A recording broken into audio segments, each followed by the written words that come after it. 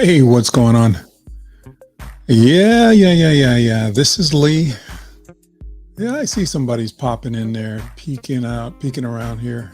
Hey, what's up, Pierre? Yeah, I'm just on here, just fooling around, just trying to see what's what. And probably going to go through some chess game analysis here. I'm starting a new not a new website, but I'm starting a new YouTube channel for my chess friends and chess students. I'm not a great chess player, but I've been playing chess for a long time, and I really enjoy it. My wife says I'm obsessed with it because she sees me playing online all the time. I do. I play a lot of games of chess during the week, during the day, and I also play chess at the local chess club too. So, so basically, what I'm going to do here today, though, is I think I'm actually going to go through one of my games just a little bit, and I'm using StreamYard to stream this right now. I'm just experimenting with it. I'm not sure if I want to use StreamYard or OBS or Streamlabs, Melon, or whatever it is. There's a whole bunch of streaming software that you can use. I don't have very robust computers these days. I mean, I have Macs, and I do have a couple of laptop PCs that have a lot of memory. They've got a lot of RAM and whatnot, but the processing engine on those computers are not as strong as they need to be able to process some of the newer software that's out there. And I'm not feeling like going out and spending a lot of money on new computers. So I'm looking for solutions that will allow me to be able to use what I have, because I've got quite a few of them, and do what I need to do. So for normal things that I do, the MacBook Pros that I have work fine. And yeah, so I'll keep using them. But anyway, when I do my Studio Hangout, basically what I do is I come on and I do different things. The Studio Hangout is just about anything. I could be doing a Studio Hangout and playing around with music. I could just be talking to you about the weather. I could be playing chess. I could be talking about chess. I could be doing a whole bunch of different things. And so normally I would have up in the your right corner. Yeah, right here. It would say Studio Hangout, but I couldn't modify the overlay enough so it didn't cover the screen, my chessboard. So I decided to just go ahead and just use the Dad's Playing Chess one. So, but hey, if you'd like to play chess online, you can see scrolling down below a site that I've been using for a number of years. It's called Lichess, or some people pronounce it Lichess. It's www.lichess.com, and it's completely free. I don't get any commissions from it at all. And that's what you're looking at here on the board here. So yeah, I think it's a really cool site. And so yeah, let's get into it. What we have here is we have a game. Let's see, what happens if okay, that can put me way down there. That makes it a little bit easier to see. Turn this banner off. Yeah. Anyway, so this is a game that I played earlier today. It says 5 hours ago I played this game, and it's a friendly game. This is not a tournament chess game or anything like that. Just a little friendly. As you can see, it's a 5-minute. Well, when I say 5-minute game with a 3-second delay, which means that after you make your move, you have up to 3 seconds before the clock starts ticking. So the advantage of the 5 minutes plus 3 seconds is that the faster you move, the 3 seconds gets added to your time. So by the time you end up finishing a 5-minute game, you could end up a 10-minute game because you're accumulating more time by moving quickly. I'm playing white, so I'm Dad Chess Max up there. And so yeah, let's just kind of go through. As you can see, if you look over to the far, I don't know if you can see my mouse here. I think you can see my mouse. Can you see my mouse? Yeah, you can see my mouse. But I can't do anything to this. But you can see the game, it was a 5-minute game. We actually both had 5 minutes, but my opponent didn't use it. He didn't even use a minute. And I played pretty fast. So really it was like a 2-minute game if all is said and done. But anyways, if you've ever played chess, you might recognize some of what I'm doing here. Let's see if somebody else. Hey, John Howard, need an unfriendly game of combat chess with explosive and combat pieces? Yeah, that's John. Yeah, thanks for the comment, John. I really appreciate that. Yeah, I agree. An unfriendly game of chess would be good. Yeah, Pierre jumped in a little bit earlier and said, "Hey, what's up?" Yeah, Pierre DJ DNA. He's doing some awesome things on our website, so definitely check him out. Okay. So anyway, let's get into this. Let's see. I'm going to go ahead and get into this because any of you who are sitting there just waiting, like, what is this guy doing? This is just a friendly game of chess. The game is actually over. It was played 5 hours ago, and I'm just now getting a chance to sit down and look at it to see what actually happened. I don't think it was a very good game. The game ended up in a draw. Whoops, hold on a second. Don't jump out there like that. So I played pawn to d4. That's how I started the game. I used to play pawn to d4 all the time. I used to be considered a d4 player. If you started the game with e4, then you'd be considered an e4 player. That's this one right here. Instead of this one, if you played this one instead first, you'd be an e4 player. I'm more of an e4 player these days, but I'm starting to get back to my d4 roots. That's what I started with. That's why I started my chess career. So anyways, I played pawn to e4. And for those of you who are like, you're new to chess, and by the way, that's what this channel is all about, or my Dad Chess YouTube channel will be about beginners, helping beginners understand the game of chess, learning how to play a decent game of chess. This is not for tournament level chess players or anything like that. So if you're a tournament level chess player and you're stopping by this channel, welcome. I'd love to play you sometime, but this channel is not really going to be all that beneficial to you. A lot of mistakes, probably just playing chess like Dad would play chess, right? I know all the rules. I know all the little necessary chess tidbits, and that's what I'm going to share with the people who care to hang out. So, but anyway, so my opponent, I played e4, played pawn e4. That was my first move. Started here like this and played that move. And my opponent decided to just go ahead and play knight f6, which is actually a really good move. A lot of people play knight f6 when they open their game. So no complaints about that. It was a good, decent move. Let's see. And so I decided to play a pretty conservative style, a conservative game, a queen pawn game, actually. Sometimes I would play a move called, or an opening called the London, where I would play this first, then I would play this. But more recently, I have been just going ahead with this. A lot of people, when they see me play this, they get like, oh, he's going to play really passive in his game.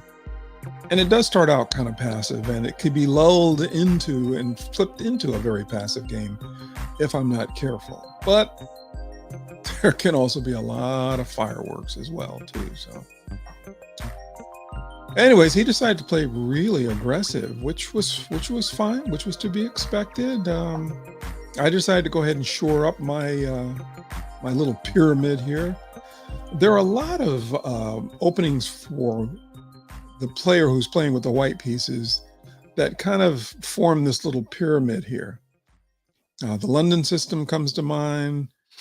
The Kal system comes to mind. The Kal Zukertort, the Kal Kultinaski, both of those do this. And then, of course, your standard old queen pawn opening. It's called a queen pawn opening because the queen sits here, and this pawn normally, when it starts out in the game, sits right here in front of the queen. So it's called the queen pawn opening. You know, if I'd move this one first, it normally sits here. You guessed it, it would be called the king pawn opening. But so anyways, my opponent decided to play this move. Now, my next move, I want to play the bishop. I want to get that bishop move in as soon as I can. And so since I see that he's doing this early foray with his c pawn, I decided I'm going to go ahead and play that. I believe that's what I played. Yeah, no. Yeah, okay, no. I played c3, and then he played b6. He played b6, and as I'm looking at the game, I'm thinking, okay, he played b6 because he wants to do this, and he's got a nice diagonal aiming right down here at this pawn. And normally when I castle, or when people who are playing white castle, they often will castle, you know, over to the king side. So this guy's planning ahead. He wants to fianchetto, that's what the word they use. It's when he wants to fianchetto his bishop to this long diagonal, which is pretty cool. I mean, that's good. All right, so what happens there? So I decided to take the opportunity, since he hadn't pushed this pawn, decided to go ahead and do this right here, just to go ahead and just get that bishop in there, kind of tempting him to go ahead and attack me. Now, this is where I made an error here. So like I said, this is this is Dad's playing chess, and so we are known to play some pretty bogus moves here. So because I'm looking at the game in hindsight, and I can see that basically I hung this pawn. This pawn is just kind of hanging by itself, and I think the chess engine might consider that a blunder. We could turn the engine on. Let's see. That's the chess engine. What does the chess engine say? Anything? Is it going to give me any comments?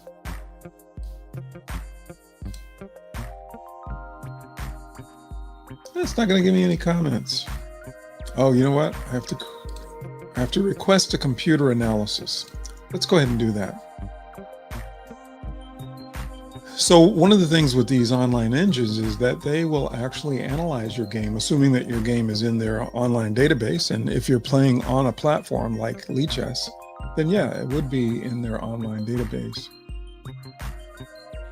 And so you actually can see the timeline of our game, how our game progressed. If you look at this, you can see that the game was pretty even for quite a ways, all the way up to move number 6. And then I was playing white. Looks like I had a little bit of an advantage for quite a long time. And then he must have made an error. I don't know what his error was, but he really lost an advantage in here. You can see that everything below this line here, this means that he is losing. Oh no, he's winning. No, I take that back. He has an advantage. Yeah, so I made an error. In other words, I was doing good up to here, and then so now black is actually has an advantage.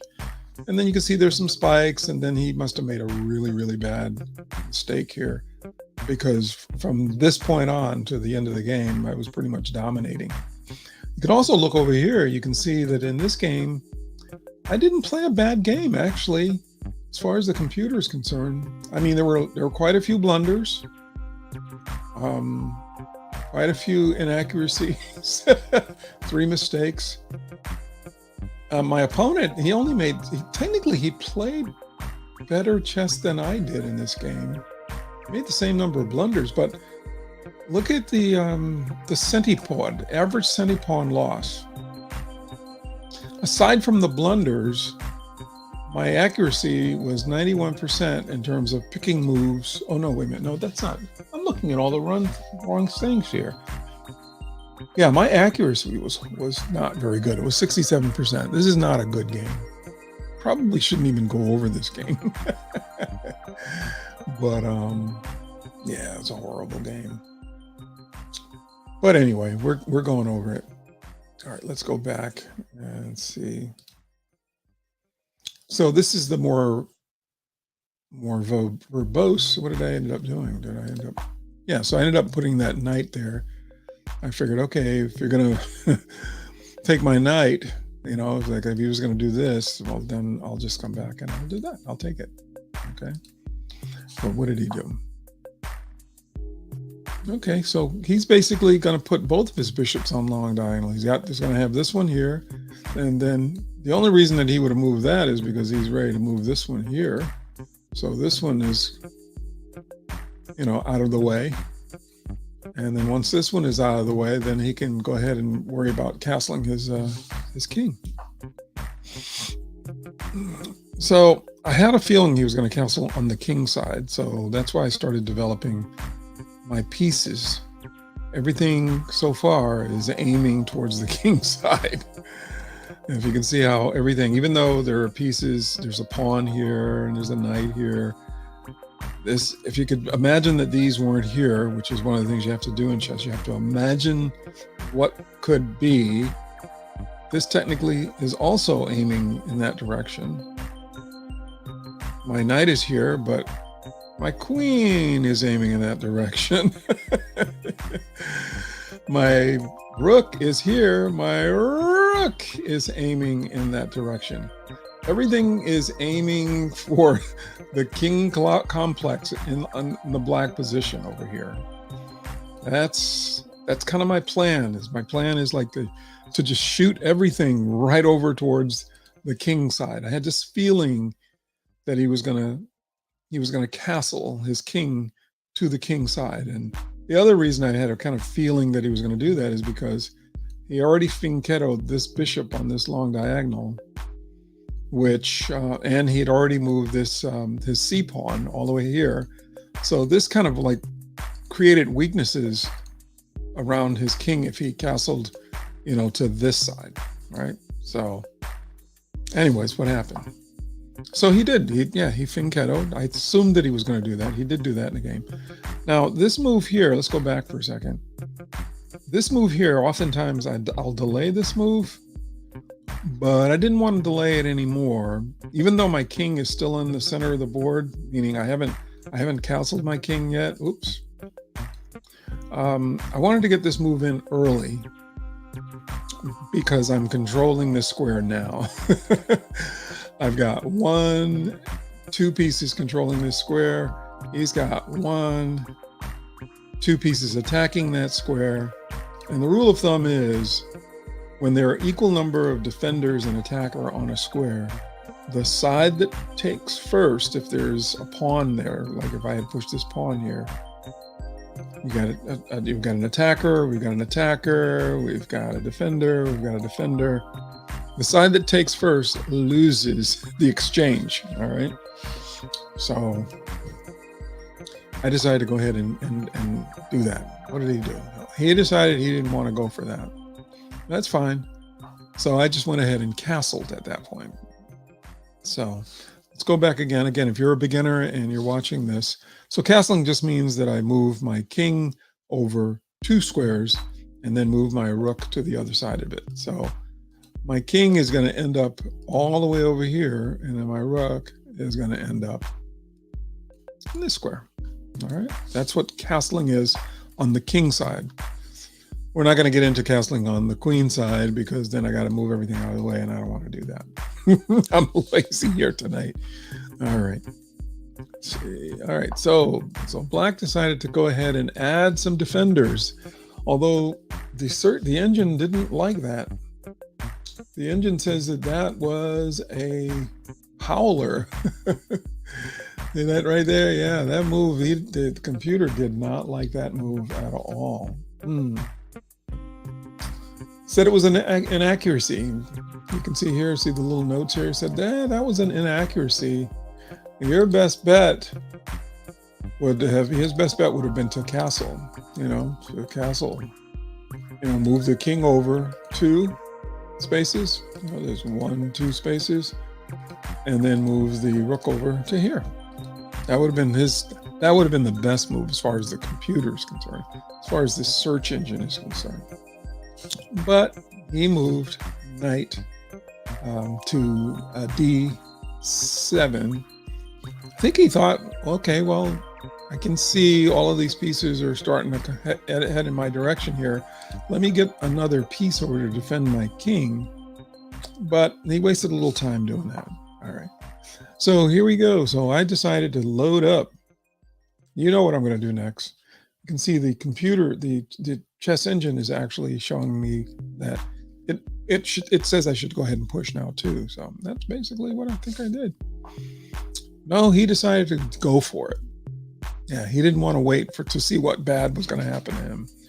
Seeing that, I decided, okay, well, that's fine. 2 can play at that game. Let's just go ahead and lock the center. So again, if you're playing as a beginner, what you see here now, the center is almost completely locked, a blocked center.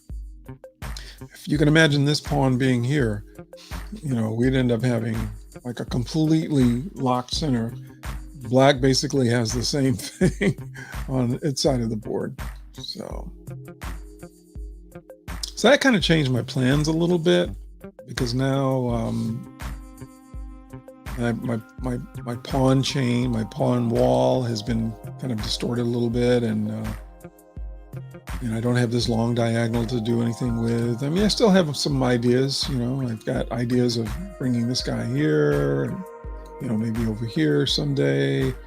I've got this, this guy jumping over to here, or going there. Yeah, I've got my queen still heading over. So I've still got a plan. So he decides to go ahead and complete his development castling. Okay. I'm not sure about this. What does the computer say? The computer said that was okay. I made this move only because I wanted to get my king off of the back rank, because now that he's castled over there, I was going to go ahead and just launch an attack.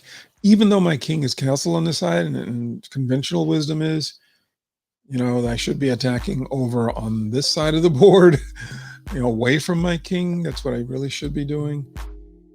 But that's how I am. Now, why he retreated, I'm not sure. I think he decided to get that knight out of there because he wanted to go ahead and do a push here.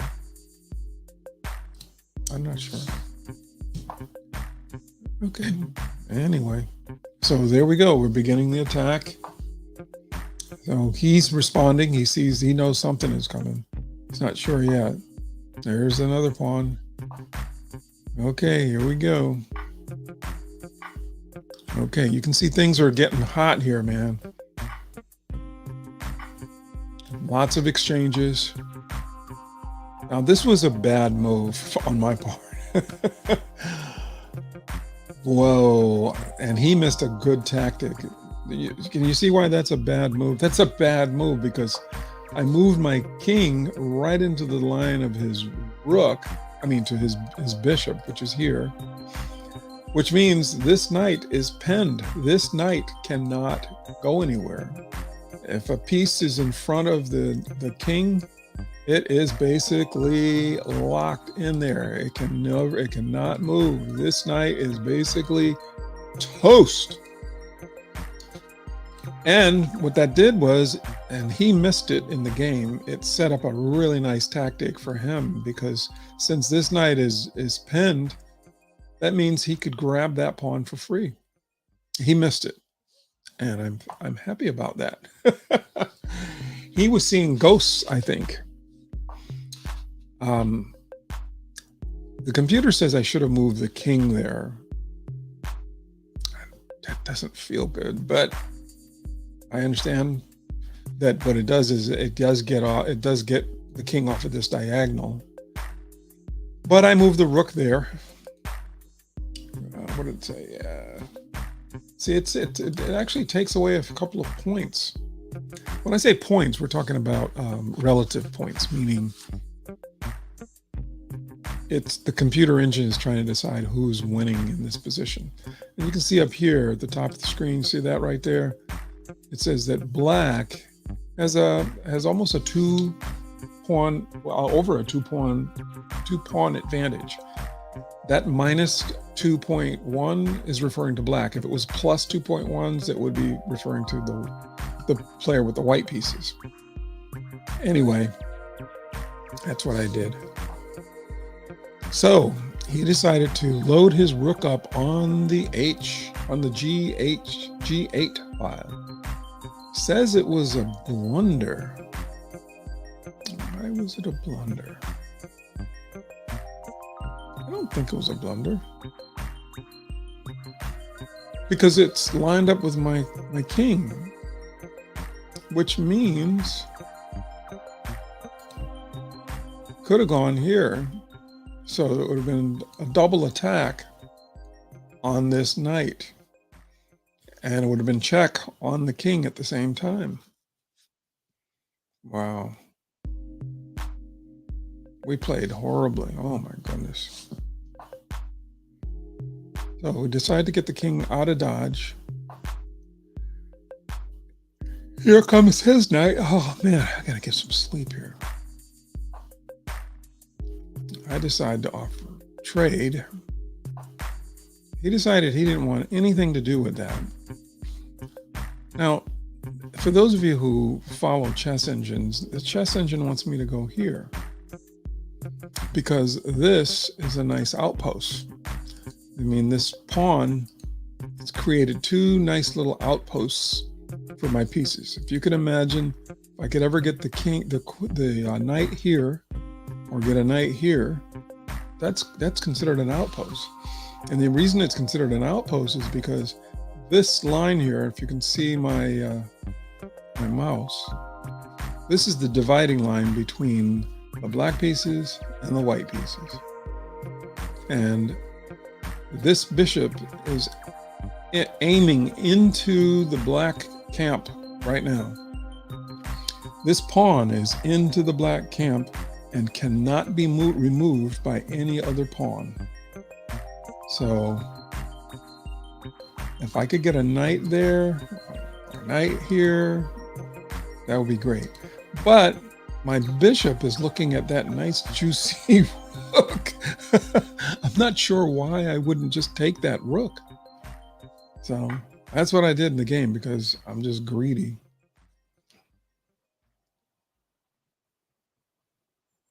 I'm still not winning at this point in the game. Still not winning.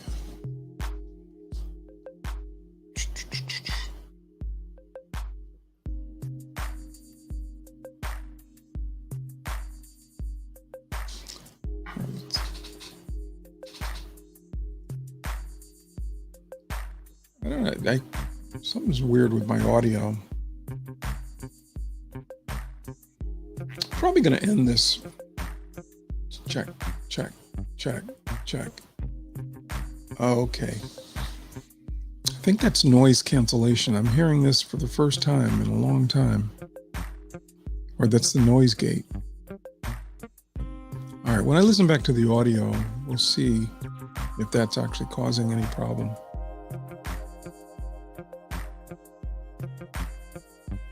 Yeah, every time I speak, I'm hearing the noise gate turn on. Basically, what the noise gate does is whenever I'm not speaking, it makes everything completely quiet. When the mixer senses that I'm going to speak, it lowers the noise gate so that I can speak and you can hear my voice. But whenever it does that, I think I'm hearing ambient noise in my headphones, and I didn't notice that before. So let's just see something here.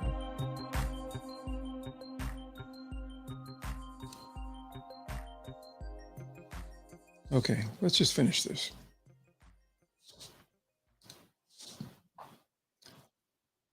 Oh, so that was a blunder. I hung this. He didn't see it. See, that's what he really should have played. Anyways, he didn't see it. He went for that. And then I went there. Why I went there, I do not know. This was so bad. Oh my God. I clearly should have gone here. He would have taken that. I would have taken that. He probably would have gone there at that point. I would have gone there. He would have gone there.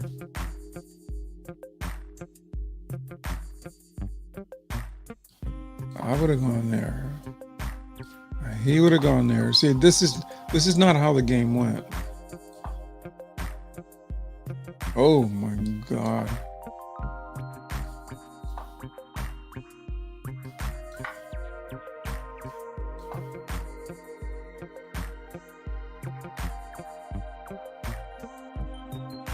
Anyway, bad news.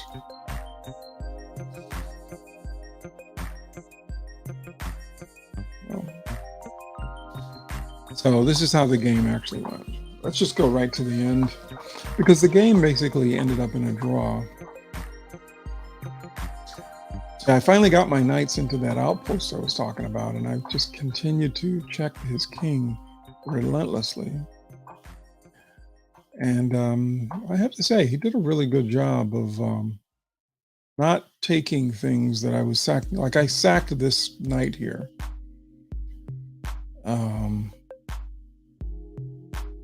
Had he taken that knight,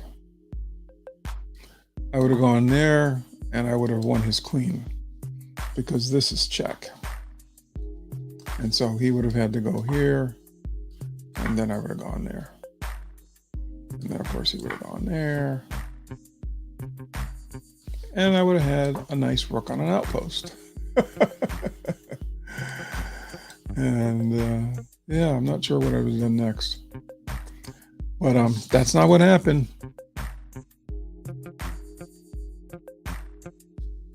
But yeah, so this is pretty much how the game went.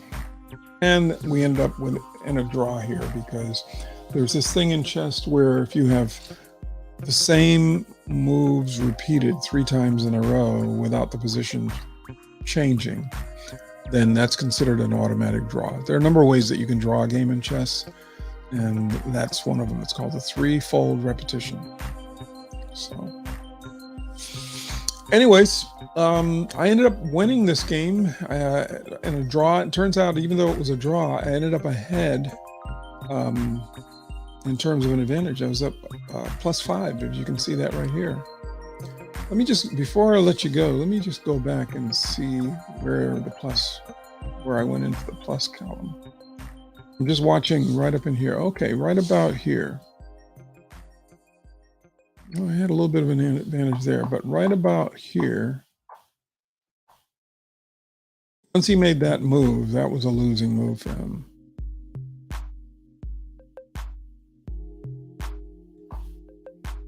Okay, what would have happened if I had made this move?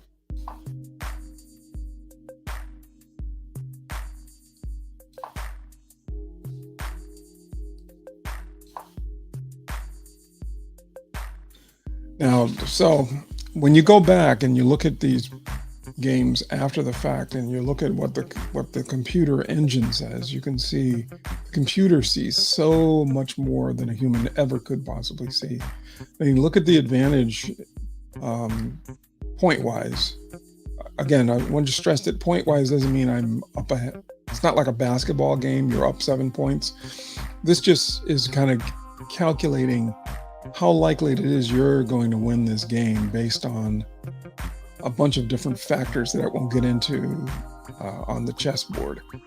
The number of pieces that you have, the value of those pieces, the position of those pieces, the number of pawns you have, the amount of space that you're controlling on the board. And then it comes up with a value and says, oh, okay, you are this many pawns ahead. Sometimes you could be 18 pawns ahead. Well, there's no such thing as 18 pawns in a game of chess. It's just a value that a computer uses. But my point in telling you this is that the computer says that I have an advantage of approximately 8 pawns is what it equates to. And so the computer is not even trying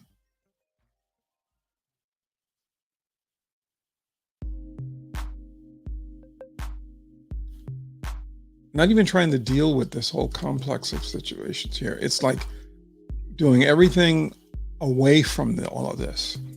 It's trying to generate some kind of counterattack is what it looks like. Like it's going to push this pawn. You can see here, this is a computer suggested move here. Anyways, but I just wanted to see what would have happened. And yeah, that was it. So anyways, that was the game. And so thank you for popping by. Thank you for peeking in. Dad playing chess, just going through an analysis of a game that I played 5 hours ago online. And as I said, if you like to play chess or you want to play chess, you can. There's a free website that a lot of people I know play. It's called Lichess, L-I chess. Some people say Lichess. It doesn't make sense to call it Lichess because Li is L-I-E, right? So it's Lee. It's Lichess. My name is Lee, but it's L-E-E, but this is L-I. www.lichess. So stay tuned. Yeah, I will be doing a YouTube channel, which will have a lot of stuff for dads and people who want to teach other people to play chess. Just the basics, just the rudiments. I'm not a chess expert, as I said before, so I'm not putting on any airs that somehow hanging out with me and watching my channel is going to make you a grandmaster. Nothing could be further from the truth, actually. So, yeah, so I hope you enjoy. Thank you. Talk to you later. Bye-bye.